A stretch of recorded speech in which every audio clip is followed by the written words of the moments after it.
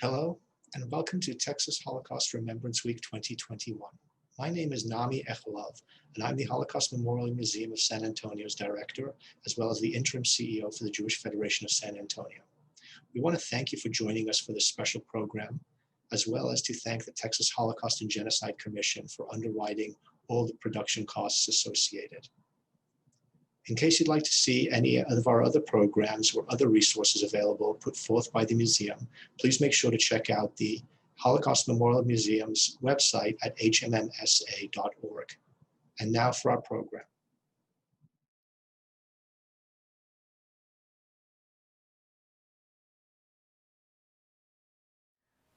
Hi, my name is Nicole Munoz, and I'm here at the Holocaust Memorial Museum of San Antonio with Esther Feinberg. Both of her parents were survivors of the Holocaust, and she's here to tell their story of what they experienced.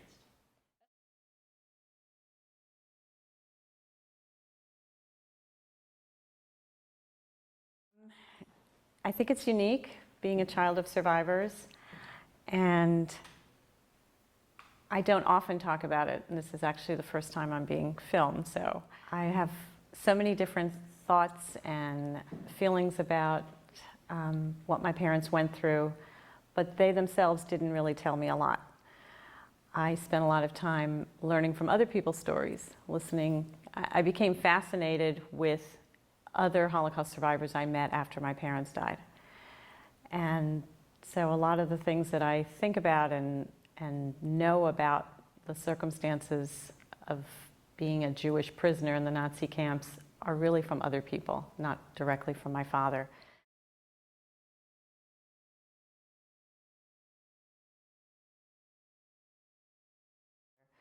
My mother had a more unique story. She was born of a Jewish father and a non-Jewish mother. So by Jewish standards, we didn't consider her Jewish, but by Hitler standards, she was.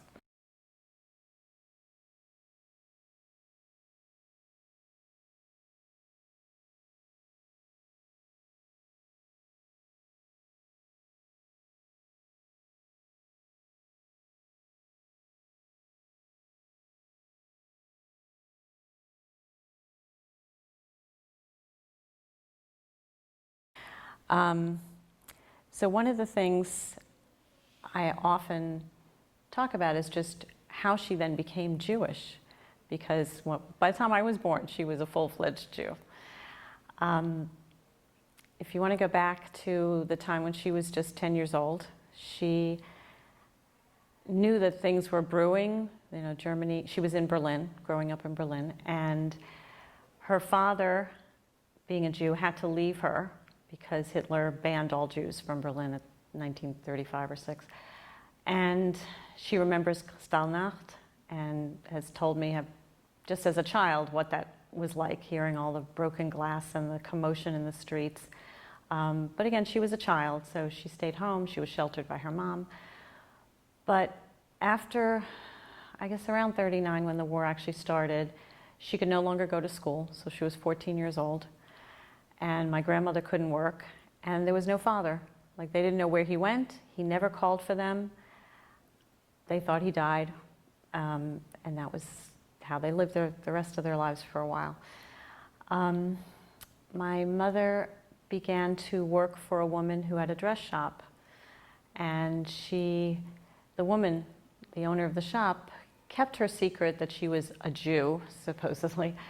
But she made her work for it. She made her sew and babysit and clean her house. And so my mother didn't have much of a childhood, teenage years. She had to work hard and just be very quiet. My grandmother, there was family around. She had several sisters and a brother.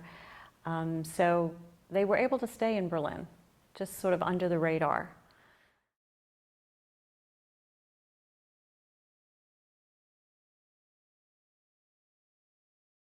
My father was married, had 2 children. Both his wife and the children were killed. He was imprisoned for years. He survived only with 1 brother and his only sister. So I did get to know them. I grew up with them. And I have wonderful memories with them and their families. This is a picture of my Aunt Sarah. She was sweet, fun, and loving, and I named my daughter after her.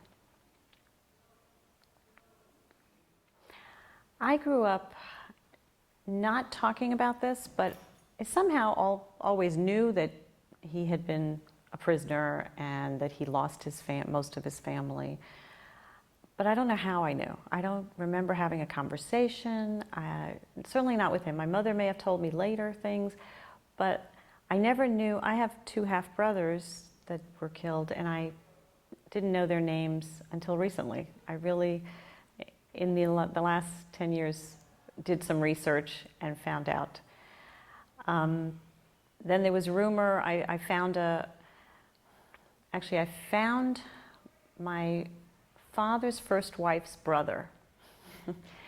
and he moved to Israel, and I met with him and his family, and they welcomed me like I was related to, like I was family, and that's how I'm in touch with the generations after. He's long gone, but his children and his grandchildren I met and spent time with, and I still Facebook with them, and so they will always be family to me. And I remember when I met him in the 70s, or even in the 90s when I went back, he told me that he thought his sister was pregnant again, that there would have been a 3rd child. And all of that is just so sad, that, again, I could never ask my father these questions. Many years later, I worked with my kids' yeshiva. They went to a Jewish school all their lives, and one day they hired a professor who started a Holocaust program at the school, and she did a writing workshop. So I attended, and we were a group of people, survivors, 2nd generation. There were only 4 of us, actually, and then about 10 3rd generation kids in the school, mostly 7th and 8th graders. And she did these workshops, and it was amazing because she helped me put down some thoughts. And so I wrote a couple of poems, one to answer this question about my father not telling me anything. It's called Ask a Question. Ask a question, expect an answer. It seems so simple. Where were you when they came? Where was your wife? Where were your boys, your brothers, sister, father, aunts, uncles, cousins? There were so many. Did you see them take your sons? They were only babies. What were their names? Why didn't you ever tell me their names? I wanted to know, but how could I ask? Maybe you didn't want to remember. Maybe it hurt too much. Maybe you didn't know how to be a father in mourning and a father with hope for his daughter's future. Maybe no one does. Did you say Kaddish? I never heard you. Maybe it was silent, as you often were. I wanted to know, but how could I ask? Everyone knows about the camps, what they look like, how cold and dirty it must have been. Everyone knows how hard you had to work, eat very little, suffer beatings, and watch others suffer even to their deaths. Everyone knows you had no choices anymore, and we know you survived. But how? I wanted to know, but how could I ask? Tell me about the conditions, the beds, the food, the death surrounding you. Tell me about the loneliness, the terror, the hopelessness, the grief, the time not given to you to mourn your loved ones, your babies. I wanted to know all of this from you, but I didn't know how to ask. Ask a question, expect an answer. It seems so simple, but I didn't just have one question or 2 or 10. I wanted to know you, but how could I ask? And this is a picture of my father. This is an old picture taken in 1948, after the war. Anyway, these are the things that I was thinking about as an adult. As a child, I have to admit, my parents just let me be a spoiled American child. But once I had children, and I realized this should be part of their education, they have to know their past. And certainly they have to remember never to have something like this repeated. So that's why I'm finally getting the nerve to do this and leave something so that my children will have what I didn't have from my parents.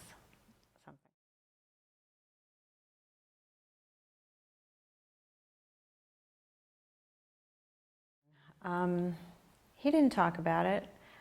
And my mother's from Germany. He married a German woman, so that's a tough thing.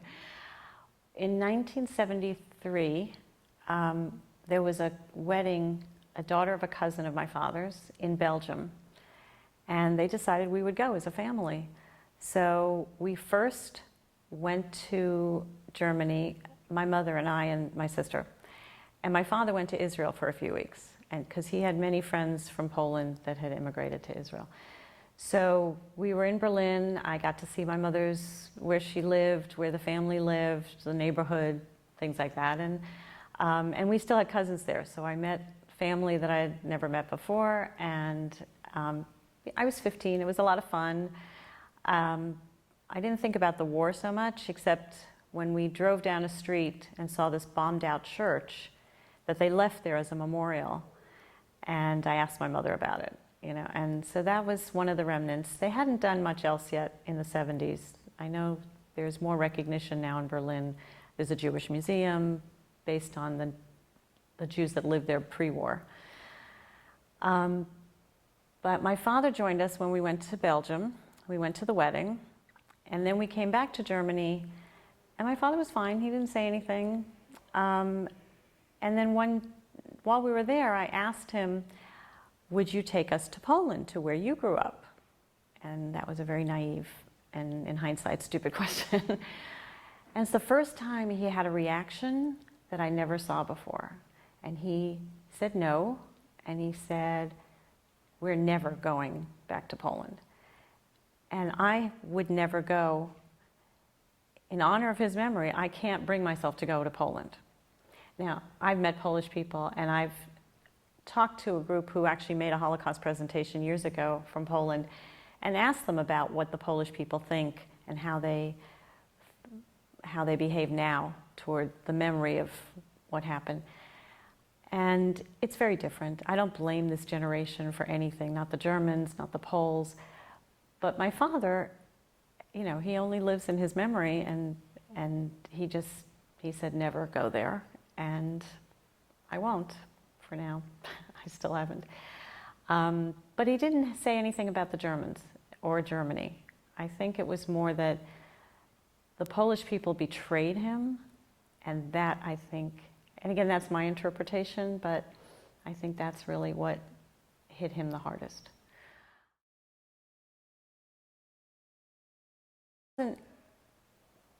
She wasn't threatened directly by the Nazis, meaning no one beat her, no one imprisoned her. So I think she kept that.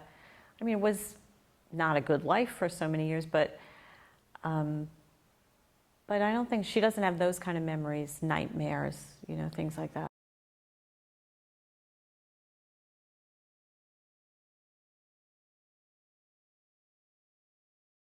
Well, as she told me, once we were both adults, we had a chance to talk. My father had passed away when I was only 23, so I didn't have an adult mind yet to sit down and talk with him, but I did with my mom.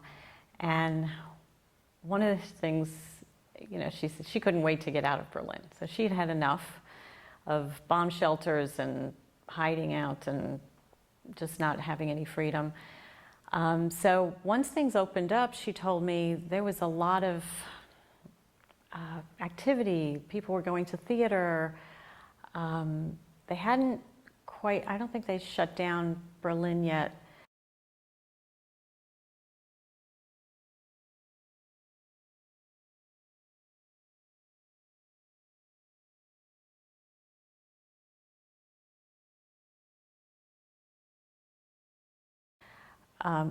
With the wall, divided Berlin with Russia, because I think she said she spent time in East Berlin, or it was easy to cross over at the time. Maybe that's what it was.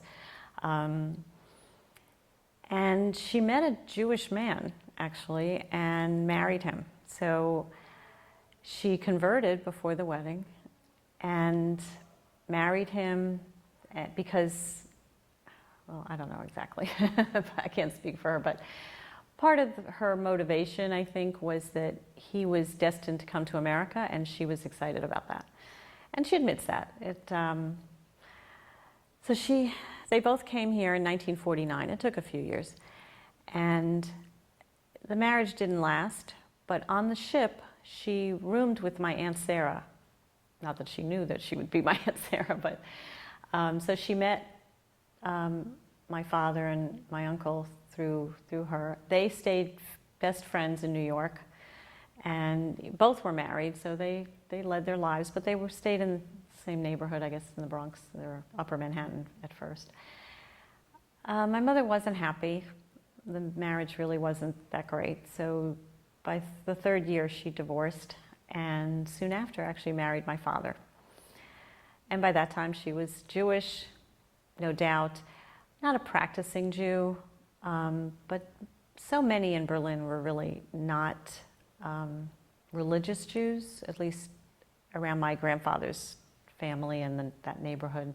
I mean, they knew they were Jews, but they were assimilated, intermarried, working just in a big city.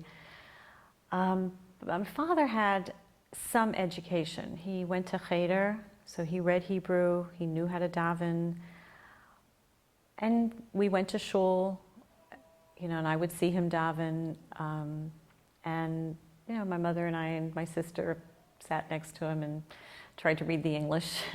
And then I went to Hebrew school, learned a little Hebrew also, and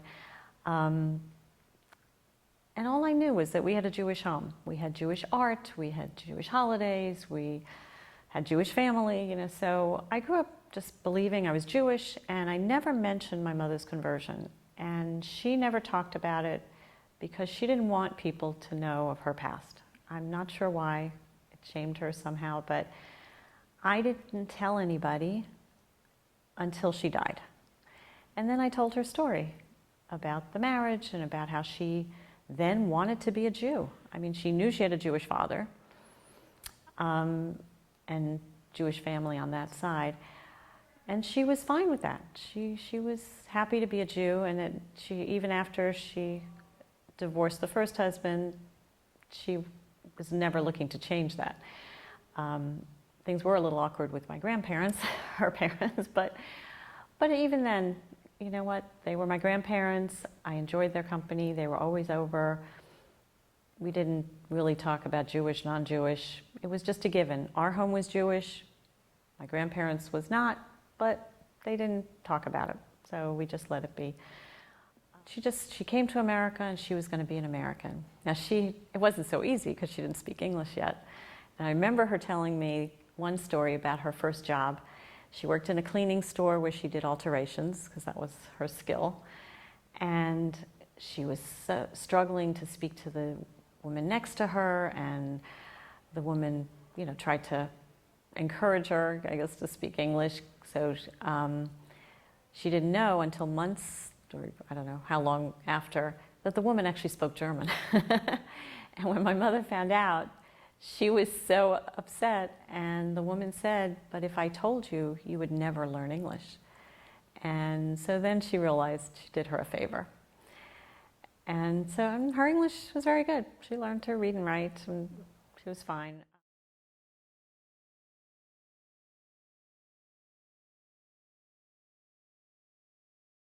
My father still read the Yiddish newspaper, The Forward, every day, and he loved sports, so his English was good enough to listen to sports on the radio.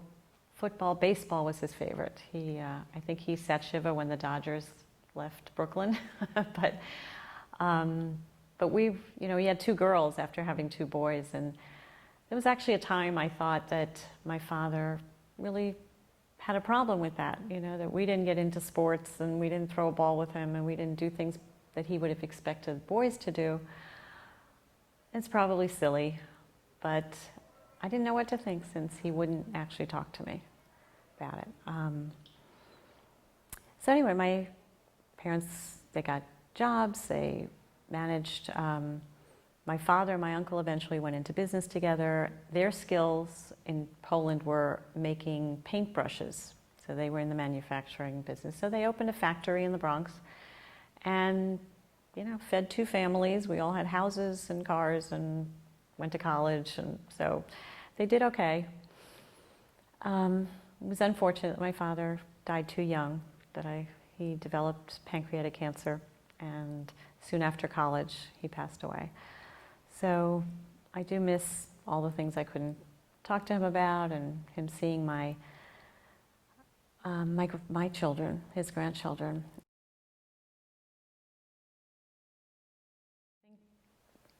They all came out traumatized. In some way. Right. And it's just a matter of how their brains dealt with that trauma. Some felt that they had to talk about it. And I mean, I do have people I knew whose parents told them every detail. And they joined organizations, and they were constantly, publishing and speaking and getting their kids to take on that role as they got older. And I don't understand that because I didn't have that. But I did speak to some of those people, and even that was hard on them. Even though they know everything, growing up knowing everything that was so harsh about their parents' lives is also a burden on them. And they said, sometimes I wish I didn't know so much, But I don't think they regret knowing, but it was a trauma for them, just having to hear all this over and over again. So everybody has a different story, a different take, and my parents wanted to put it behind them, I think, and they did a pretty good job of that. And my sister and I grew up not burdened. We grew up as kids, teenagers, free and maybe with a false sense of freedom, because now a little more hate has kind of risen up here in America, and I never believed it could happen. I guess it was naive because my parents let me believe that now everything is fine. The war is over. We can work, we can go to college, we can be anything we want, and as Jews, and so I believe that. And now I see there are some people who don't believe we're entitled to that, and that scares me and my children's generation. So I hope it goes back down underground where it belongs, and that we can live truly free.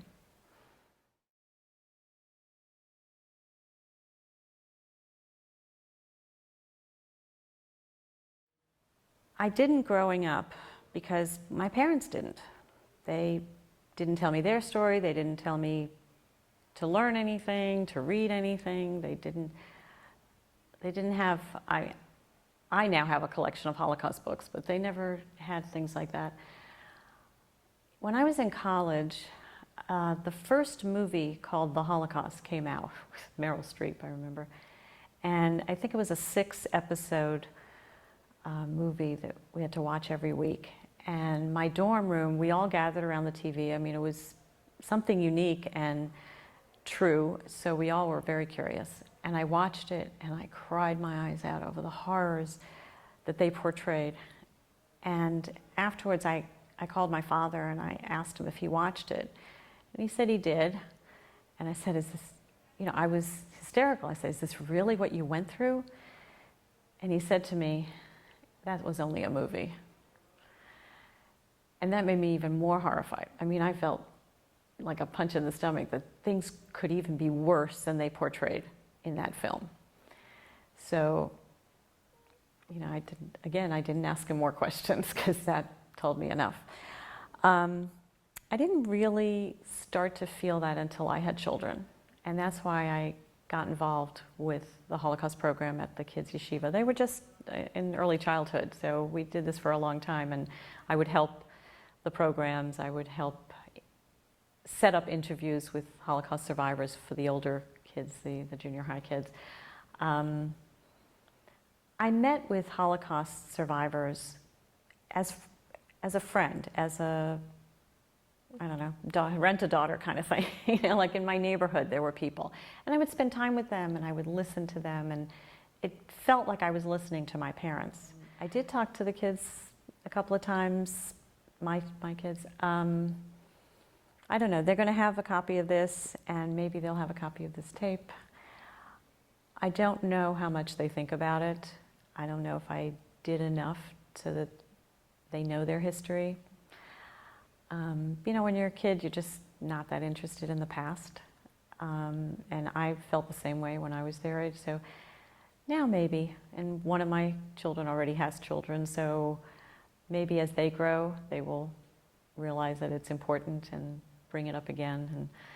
And they're certainly aware of their history, so I hope I did that much. Survivors are called witnesses, and that's the big tragedy about the survivors dying out, because we can tell their stories, but we were not the witnesses. And you can't replace that. So if ever you still have a chance to speak to a survivor, do it, because there's nothing like understanding the feelings from somebody who's lived it.